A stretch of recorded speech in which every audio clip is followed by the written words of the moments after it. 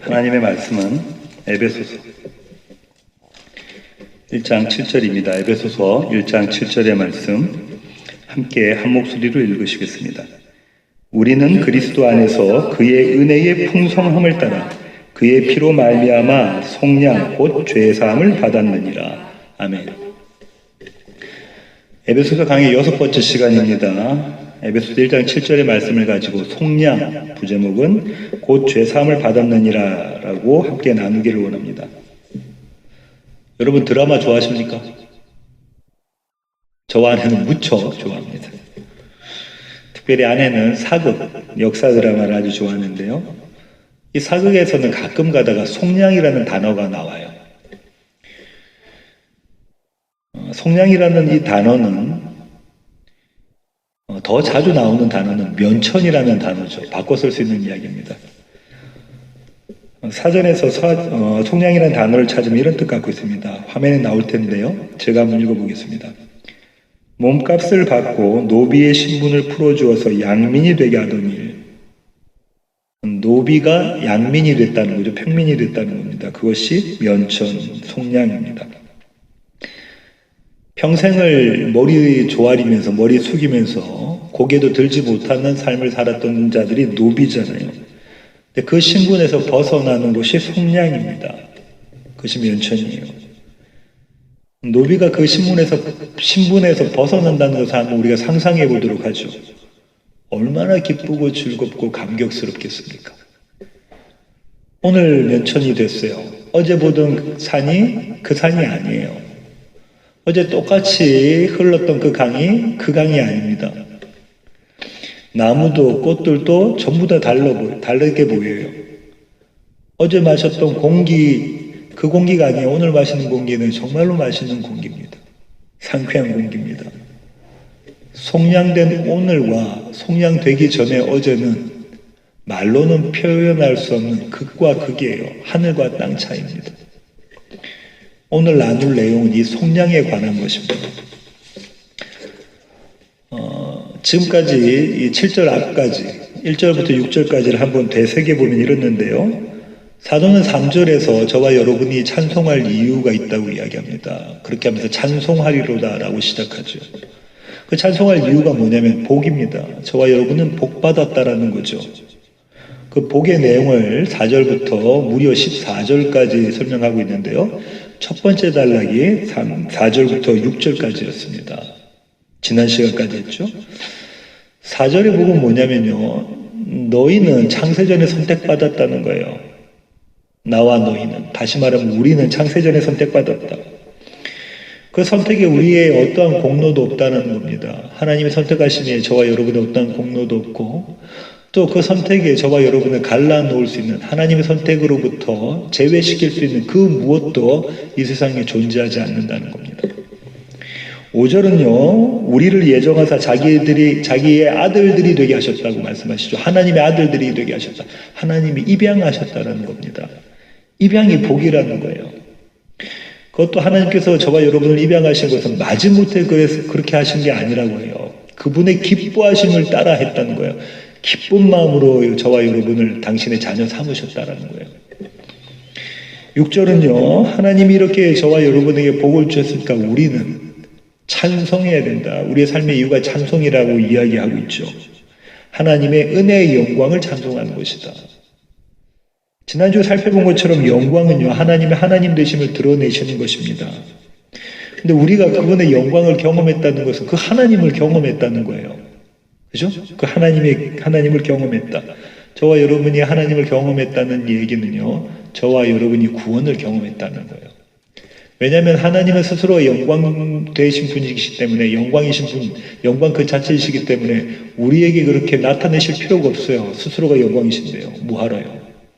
그런데 그 영광을 저와 여러분에 나타내셨다는 것은 하나님의 하나님 되심을 나타내셨다는 것은 저와 여러분의 구원의 사역을 하셨다는 겁니다.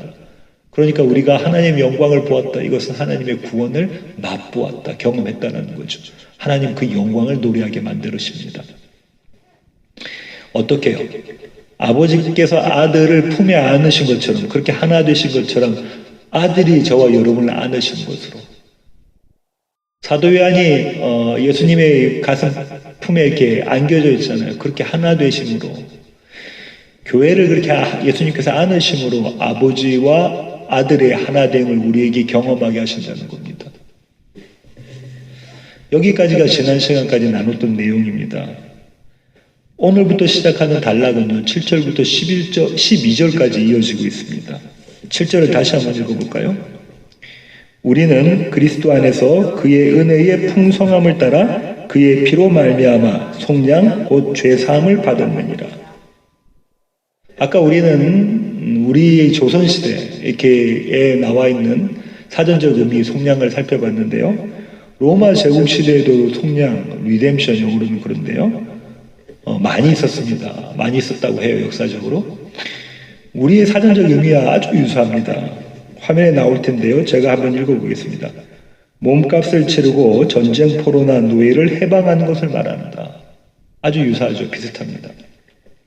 여기서 중요한 단어가 뭐냐면 해방이라는 단어잖아요. 해방. 구속이나 억압, 부담으로부터 벗어나는 것입니다. 어떠한 구속이나 억압과 부담으로부터, 그 짐으로부터 벗어나는 것이 해방이다. 다시 말하면 지금 상태가 그렇다는 거잖아요. 지금 내가 처해 있는 상황이 그렇다는 거잖아요. 그 상황으로부터 벗어나는 것이 해방입니다. 그런데 이 해방을 위해서는요, 이 속량을 위해서는 반드시 필요한 게 있다고 해요. 그게 뭐죠? 몸값입니다. 몸값. 몸값을 속전이라고도 이야기하고요, 대속물이라고도 이야기합니다. 영어로는 랜섬이라고 하죠. 당시에는 이런 속량이 많았다고 해요. 그래서 사도의 편지를 읽는 에베소 교회와 소아시아 교회의 사람들에게, 성도들에게 이 속량과 속전 아주 낯익은 단어였을 겁니다. 익숙했을 거예요. 이제 성경이 말하는 속량에 대해서 살펴보기를 원합니다. 먼저 구약 성경을 보겠습니다. 히브리 사람들에게 속량하면은 가장 먼저 떠오르는 사건은 출애굽 사건이에요. 출애굽기 2장 23절부터 25절의 말씀을 제가 읽어보겠습니다. 여러 해 후에 애굽 왕은 죽었고 이스라엘 자손은 고된 노동으로 말미암아 탄식하며 부르짖으니 그 고된 노동으로 말미암아 부르짖는 소리가 하나님께 상달된지라.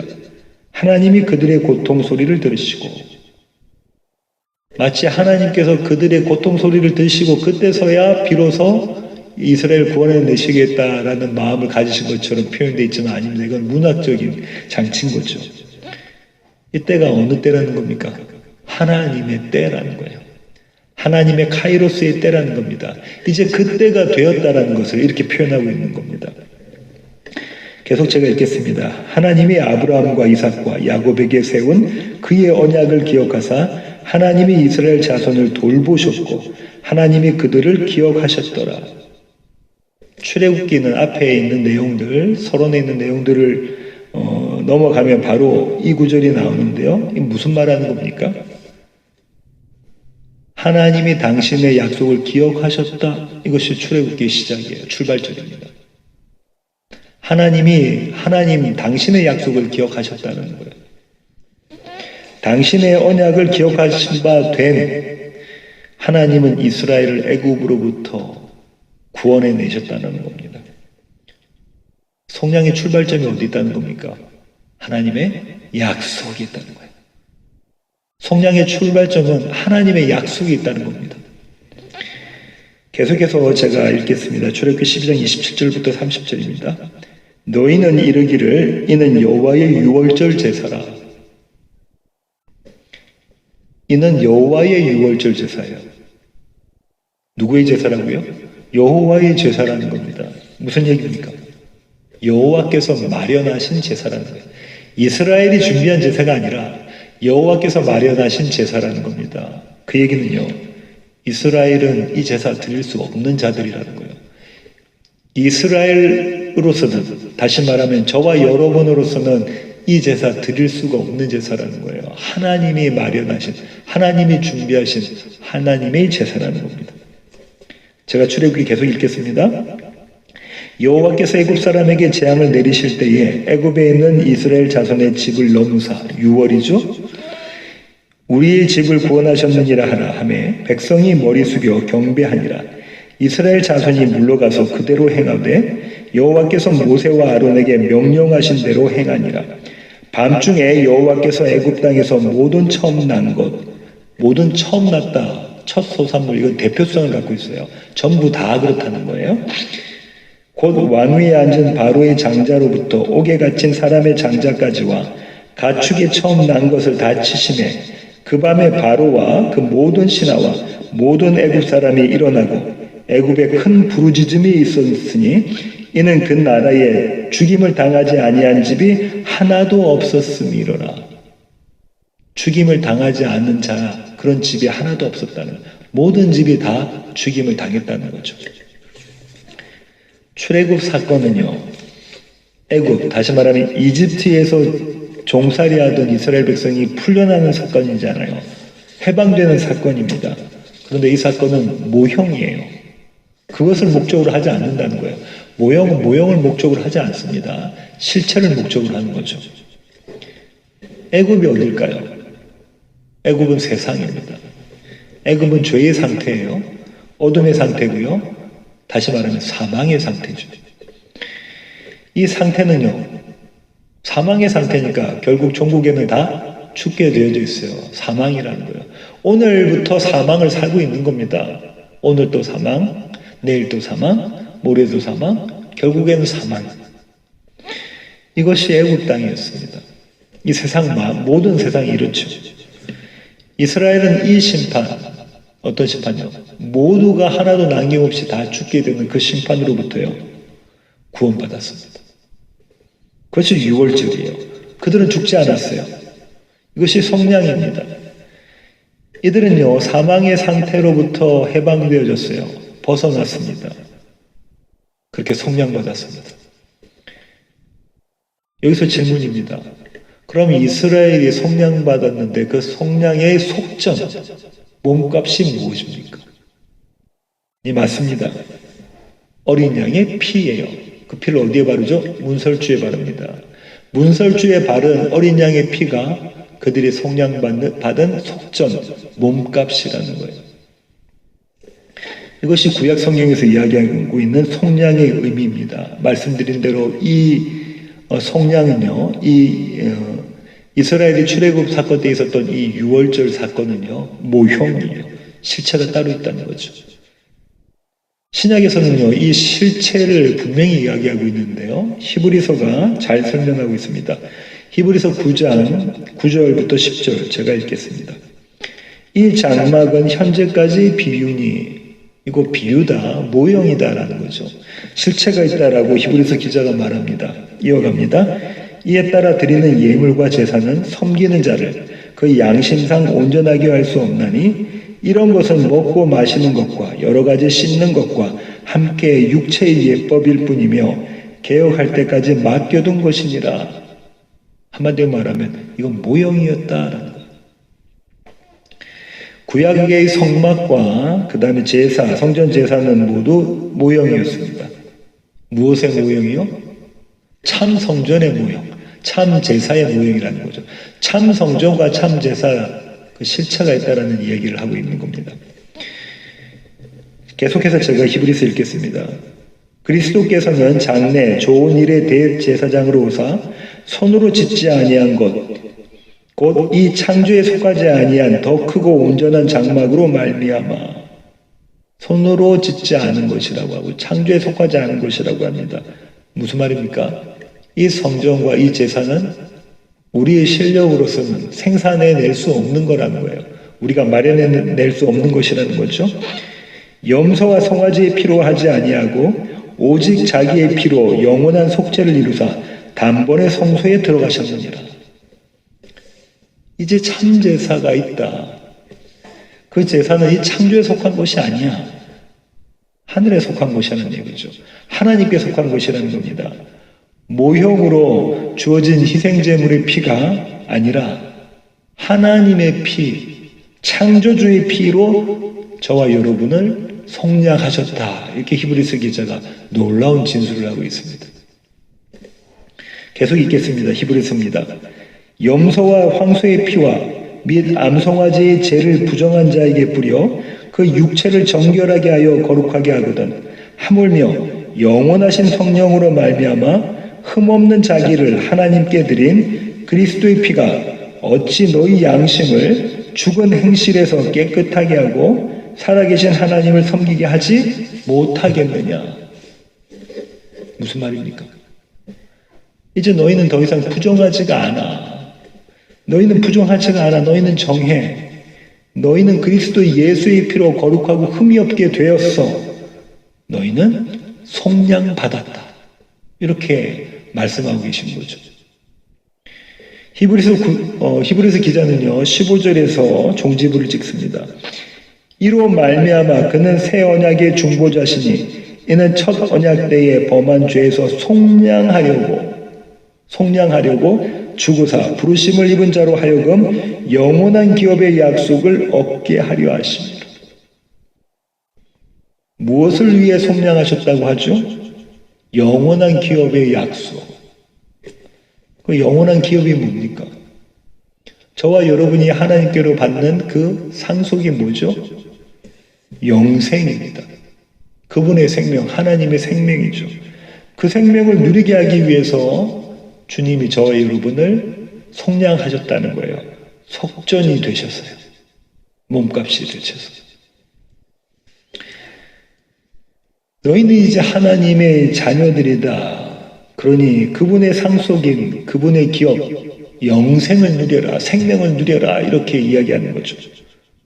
사도 요한은요 이 복을 이렇게 한 구절로 요약했습니다. 저와 여러분이 외우시는 암송하시는 구절이죠. 요한복음 3장 16절입니다. 함께 읽으시겠습니다.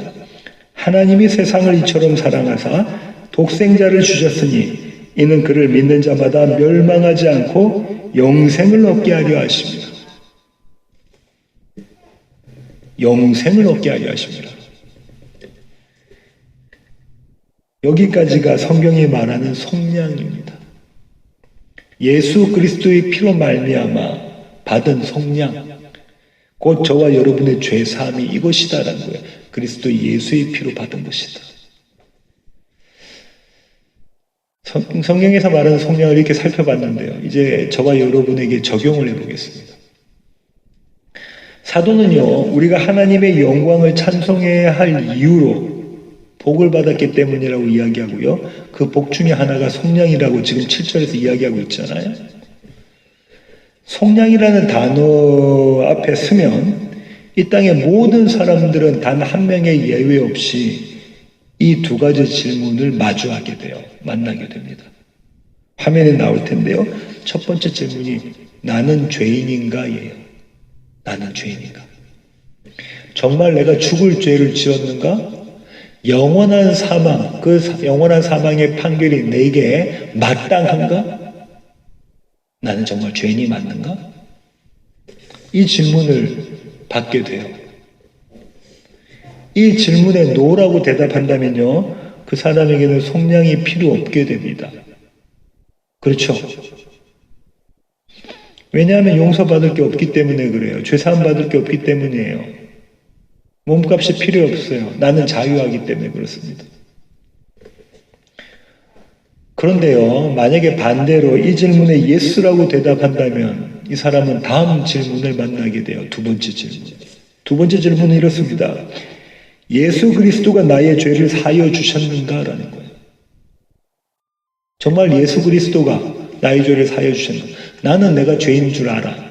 그런데 예수가 나의 죄를 사하여 주셨는가? 그분의 피가 나를 속죄한 것이 사실인가? 이 질문에 노라고 대답하면요, 그런 사람들은 구원을 찾아 헤매게 되어져 있습니다. 왜냐하면 나는 죄인인데 그 죄를 해결해야 되는데 해결할 방법을 모르니 삶을 통해서 삶에 이 주어진 시간 속에서 늘 방황의 연속이죠. 방황하게 되어져 있습니다. 그러다 끝내 찾지 못해요. 아무런 소망이 없는 거죠. 반대로 이 질문에도 예스라고 대답한 사람들은요, 이 질문이 뭐죠? 나는 죄인인데 그리스도 예수가 내 죄를 사하여 주셨다. 이 질문에 예스, 그렇다라고 대답한 사람은요, 그 사망으로부터 해방됩니다. 그리고 죄로부터 자유를 누리게 돼요. 이것이 성량입니다. 이 두 가지 대답 중에, 이 두 가지 질문 중에 한 가지라도 불분명한 답을 갖고 있다면 하나님의 은혜가 은혜되지 못합니다. 그리스도인은, 그러니까요, 성도, 저와 여러분은 이 두 질문에 그렇다, 예스라고 대답한 사람들이에요. 그런데 이 대답이 우리의 실력으로 되는 것이 아닙니다. 우리가 마음 먹는다고 해서, 마음을 굳게 먹는다고 해서 이 대답을 할 수 있는 게 아니라는 거예요. 나는 죄인이에요. 내가 죄인입니다. 나는 죽어 마땅해요. 나는 구원이 필요해요. 이렇게 우리가 마음을 먹고 골백번 마음을 먹는다고 해서 나의 죄인됨이 인정되지 않아요. 머리로는 나는 죄인입니다 라고 생각할 수 있어요. 입술로는 나는 죄인입니다 라고 고백할 수 있지만 정말로 내가 죄인이고 나는 죽어 마땅한 자라는 그 인정은 내가 연습해서 할 수 있는 것이 아닙니다. 내가 노력해서 할 수 있는 것이 아니에요. 무슨 말이죠? 하나님께서 주신 은혜라는 거예요. 하나님의 은혜로 우리는 나의 죄인됨을 고백할 수 있다는 겁니다. 여기서 죄에 대해서 잠시 짚고 넘어가겠습니다. 성경에 말하는 죄는요, 나의 하나님 되기예요. 내가 하나님 되어져서 하나님 자리에서 하나님께서 원하시는 것이 아닌 나의 원함대로 사는 것이 죄입니다. 첫사람들이 지은 죄가 바로 그들의 하나님 되기였어요. 죄는 기원부터가 하나님 되기예요. 나의 하나님 되기. 하나님 되려고 선악과를 따먹은 겁니다. 우리가 하나님의 자리에 앉아 우리가 원하는 대로, 이것이 선입니다. 나의 선, 우리의 선. 하나님의 선이 아니라 내 보기에 좋은 대로, 하나님 보시기에 좋은 대로가 아니라 나의 선을 위해서 나의 의를 이루는 그것이 죄라고요. 그런데요, 세상은 이것을 죄라고 말하지 않아요. 그죠? 세상은 이것을 악하다고 말하지 않습니다. 이것이 선한 것이야. 이것이 의로운 것이야. 마땅히 이렇게 살아야 되라고요. 네가 원하는 삶을 네가 살아라. 네 삶의 목표를 그것으로 해. 네가 원하는 대로 살아. 세상은 그렇게 이야기해요. 그런데 성경은 그렇게 말하지 않습니다. 그것이 죄라고 이야기해요. 조금 전 우리의 죄인된 고백도 하나님의 은혜라고 제가 말씀드렸죠. 우리 실력으로 할 수 없는 거라고 말씀드렸습니다. 이것을 뒷받침하는 것이 사도 요한의 편지입니다.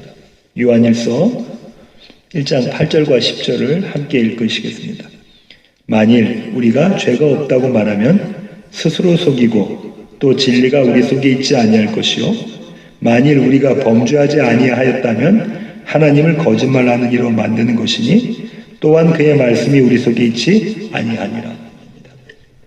만일 우리가 죄가 없다고 말하고 만일 우리가 범죄하지 아니하였다고 말하면 우리 속에 진리가 없고 우리 속에 말씀이 없다는 거예요. 우리 속에 진리와 우리 속에 말씀이 없으면 어떻게 반응한다는 거예요? 나 죄 없어. 나 범죄하지 않았어. 이렇게 이야기한다는 거예요. 우리 속에 말씀이 계시지 않고 진리가 없으면. 반대로요. 우리 가운데 말씀이 계시고 우리 가운데 진리가 계시면 우리가 어떻게 반응한다고요? 주님, 제가 죄인 맞습니다. 주님, 제가 죄인 중에 괴수가 맞아. 나는 죽어 마땅한 자입니다. 라고 그렇게 고백한다는 거예요. 그렇게 죄인됨을 인정한 사람이 속량, 곧 죄사함을 원하게 되어져 있죠. 그것도 간절히 원하게 됐습니다. 내가 얼마나 죄인인 줄 알고 있는 그 사람이 내가 이 죄에서부터 구원받기를 원합니다. 이 죄의 책으로부터 자유함 받기를 원합니다. 라고 간절히 소원하게 되어져 있잖아요. 하나님은 속량에 대해서 출애굽기에서 이렇게 말씀하고 계시는데요. 출애굽기 25장 20절부터 22절의 말씀을 제가 읽겠습니다. 그룹들은 그 날개를 높이 펴서 그 날개로 속죄소를 덮으며 그 얼굴을 서로 대하여 속죄소를 향하게 하고 속죄소를 궤 위에 얹고 내가 내게 줄 증거판을 궤 속에 넣으라. 거기서 내가 너와 만나고 속죄소 위 곧 증거궤 위에 있는 두 그룹 사이에서 내가 이스라엘 자손을 위하여 내게 명령할 모든 일을 내게 이르리라. 이 구절에서 주목할 구절은 이 구절입니다. 거기서 내가 너와 만나고 거기서 내가 너와 만나겠다라는 거예요. 거기가 어디죠? 하나님 이스라엘 만나시는 장소가 어디라고 합니까? 속죄소 위. 속죄소는요, 언약궤의 뚜껑이에요. 화면이 나오죠? 언약궤의 뚜껑입니다. 다른 말로 시운자, 하나님의 은혜가 베풀어지는 자리라고도 이야기하고요. 하나님의 발등상이라고도 하죠. 그 위에 무엇이 뿌려지죠? 속죄소 위에 뿌려지는 게 뭡니까? 어린 양의 피예요. 이스라엘은 그렇게 제사를 드렸잖아요. 내가 거기서 너희와 만난다는 거예요. 거기서. 그럼 이 속죄소 뚜껑, 그 밑에 있는 언약궤 안에 무엇이 들어져 있었습니까? 히브리서 기자는 이렇게 이야기합니다. 히브리서 9장 4절입니다. 함께 읽으시겠습니다. 금 향로와 사면을 금으로 싼 언약궤가 있고 그 안에 만나를 담은 금 항아리와 아론의 쌍난 지팡이와 언약의 돌판들이 있고. 모두가 뭘 말합니까? 이스라엘의 불순종입니다. 이스라엘이 하나님께 불순종하고 하나님께 반역한 것, 하나님께 대든 것, 그걸 이야기합니다. 이스라엘의 죄라는 거예요. 그 이스라엘 죄 위에 어린 양의 피가 뿌려지는데 하나님이 이렇게 말씀하시는 겁니다. 내가 거기서 너와 만나겠다. 내가 거기서 만나겠다. 거기서 내가 너와 만나고 이렇게 말씀하시는 겁니다. 그러면요, 이 어린 양의 피가 뿌려진 자리가 어디입니까? 이 언약궤는 모형이잖아요. 앞서 말씀드린 것처럼. 그럼 실체가 있다는 거잖아요. 어린 양의 피가 뿌려진 자리가 어디죠? 십자가입니다. 하나님은 그 자리에서 저와 여러분을 만나시겠다라고 말씀을 주신 거예요.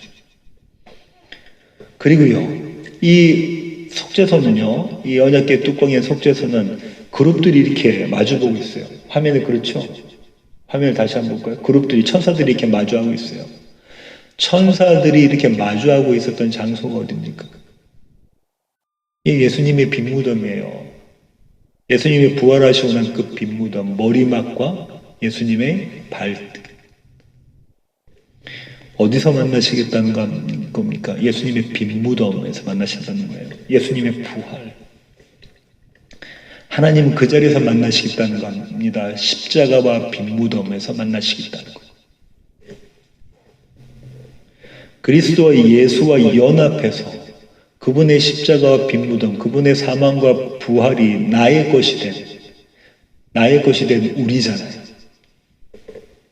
그 자리에서 만나시겠다 하십니다. 사도는요, 우리가 받은 속량이 하나님의 은혜의 풍성함을 따랐다라고 이야기하고 있어요. 매일매일 우리가 지금 그 자리에서 주님을 만나잖아요. 나의 사망과 나의 부활, 예수님의 사망과 예수님의 부활과 한 몸 된 나의 사망과 나의 부활, 그 자리에서 속죄소 위에서 저와 여러분 하나님을 만나잖아요. 이 속량이 하나님께서 넘치게 은혜를 베푼 것이다 라고 사도가 지금 이야기하고 있다. 7절 다시 한번 읽어보겠습니다.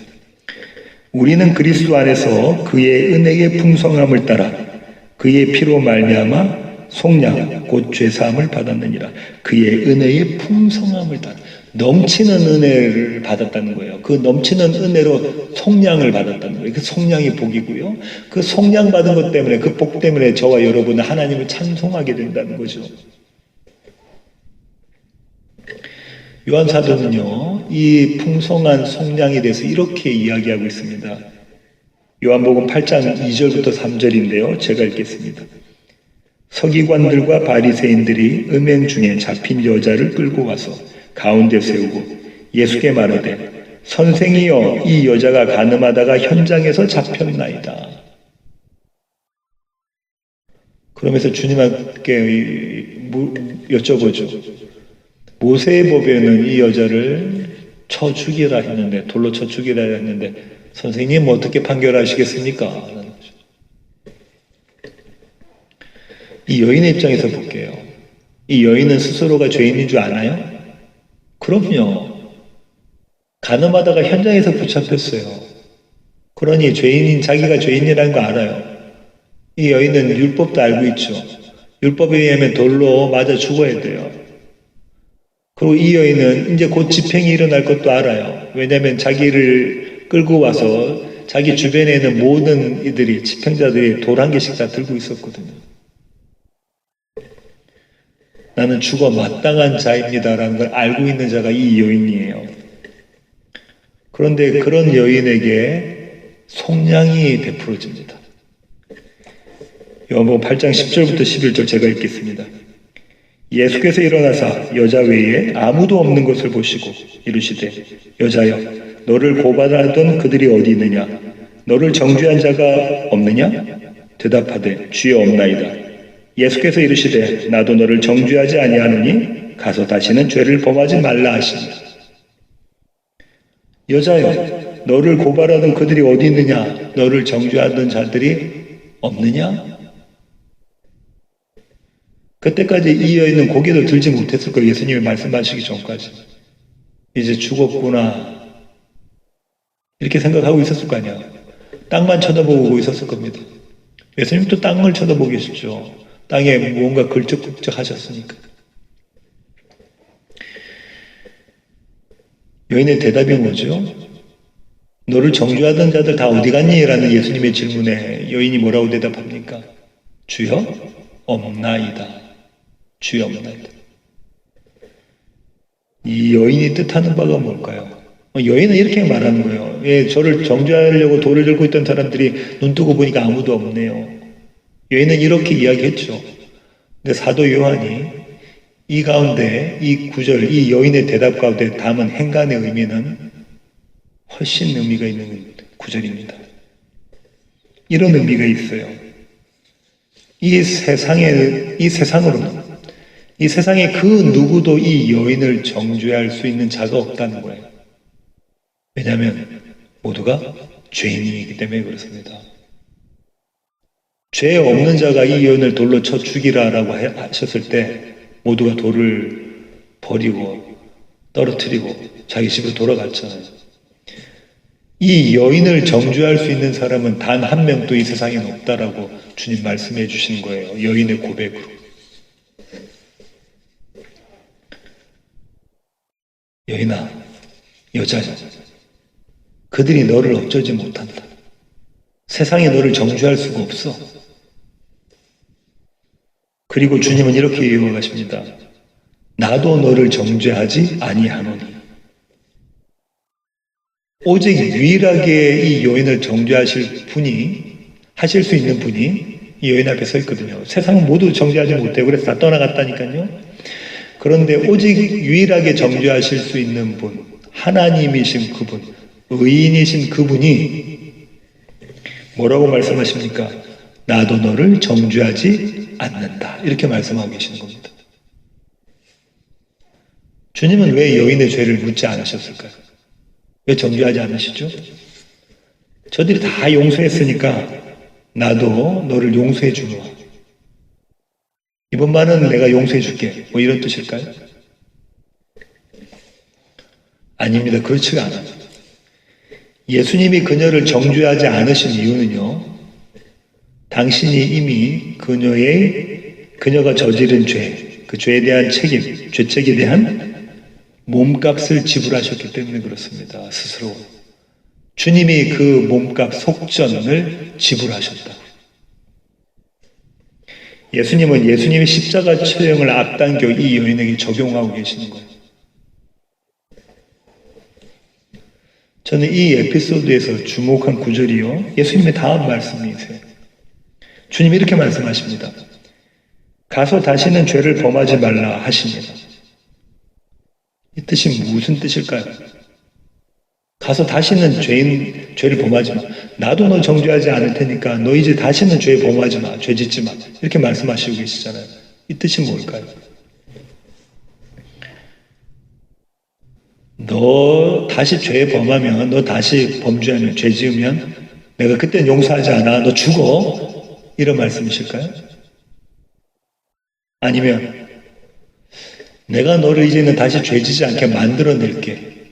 내가 너에게 능력 줘서 너 이제는 죄 짓지 않게 그렇게 만들어낼게. 이런 말씀이실까요? 내가 너 용서한 거 잘 기억해서 이제는 죄 짓지 말고 살아가. 이런 뜻일까요?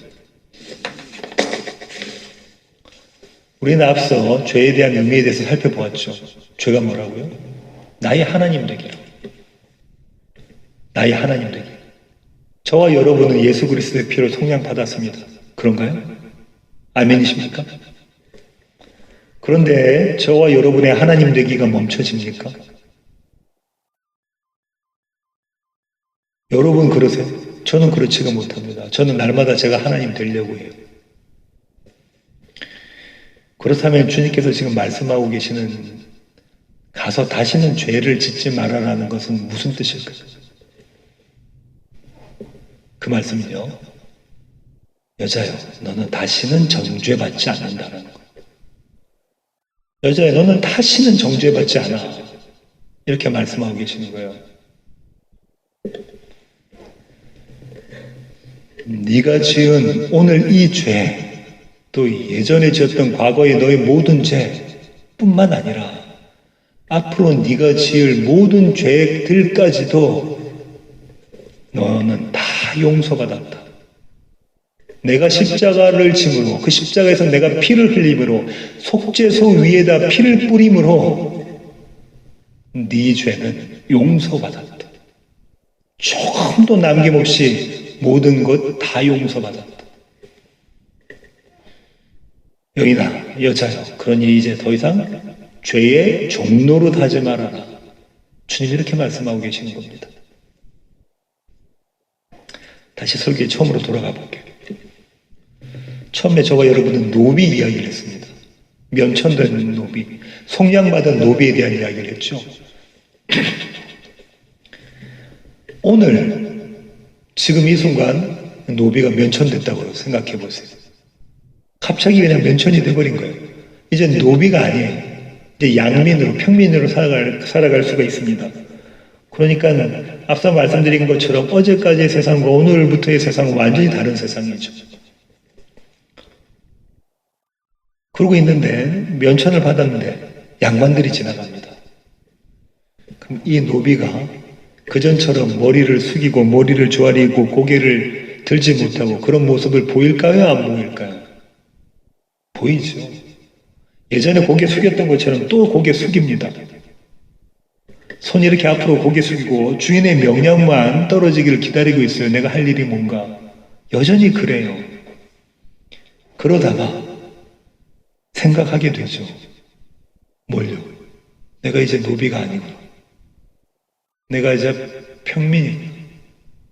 내가 이제 자유를 누릴 수 있겠구나. 내가 이렇게 머리 조아릴 필요가 없구나.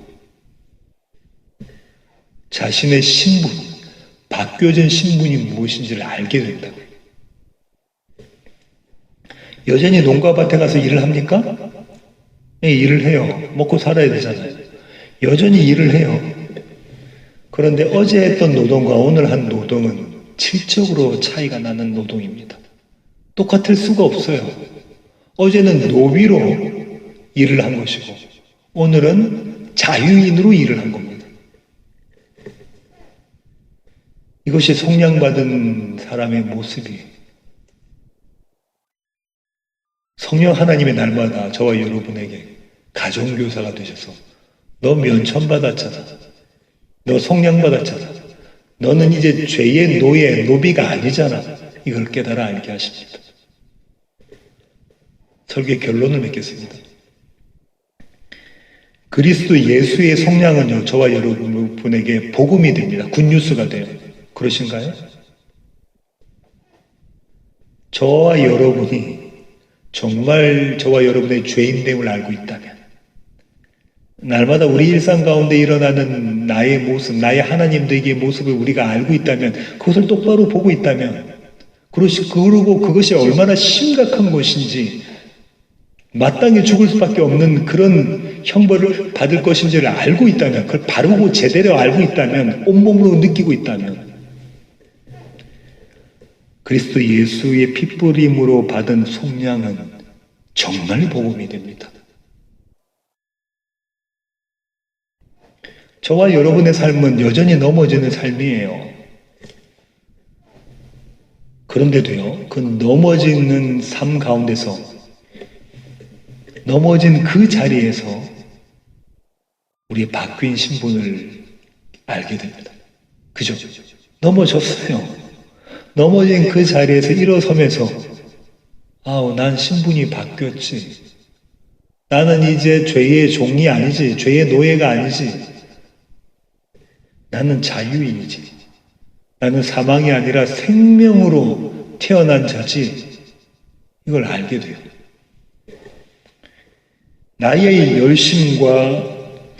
열심으로는요, 좌절과 낙심, 절망과 포기밖에 나올 수 없는 그 자리에서 용기와 충성, 소망과 인내로 일어서게 돼요. 정반대의 모습으로 일어서게 됩니다. 넘어진 그 자리에서. 왜냐하면 우리는 이미 속량 받았기 때문에 그래요. 절망과 포기, 좌절과 낙심, 그 사망에 우리가 붙잡혀져 있지 않기 때문에 그렇다는 거예요. 하나님은 날마다 그 사실을 우리에게 알려주십니다. 너는 속량 받았어.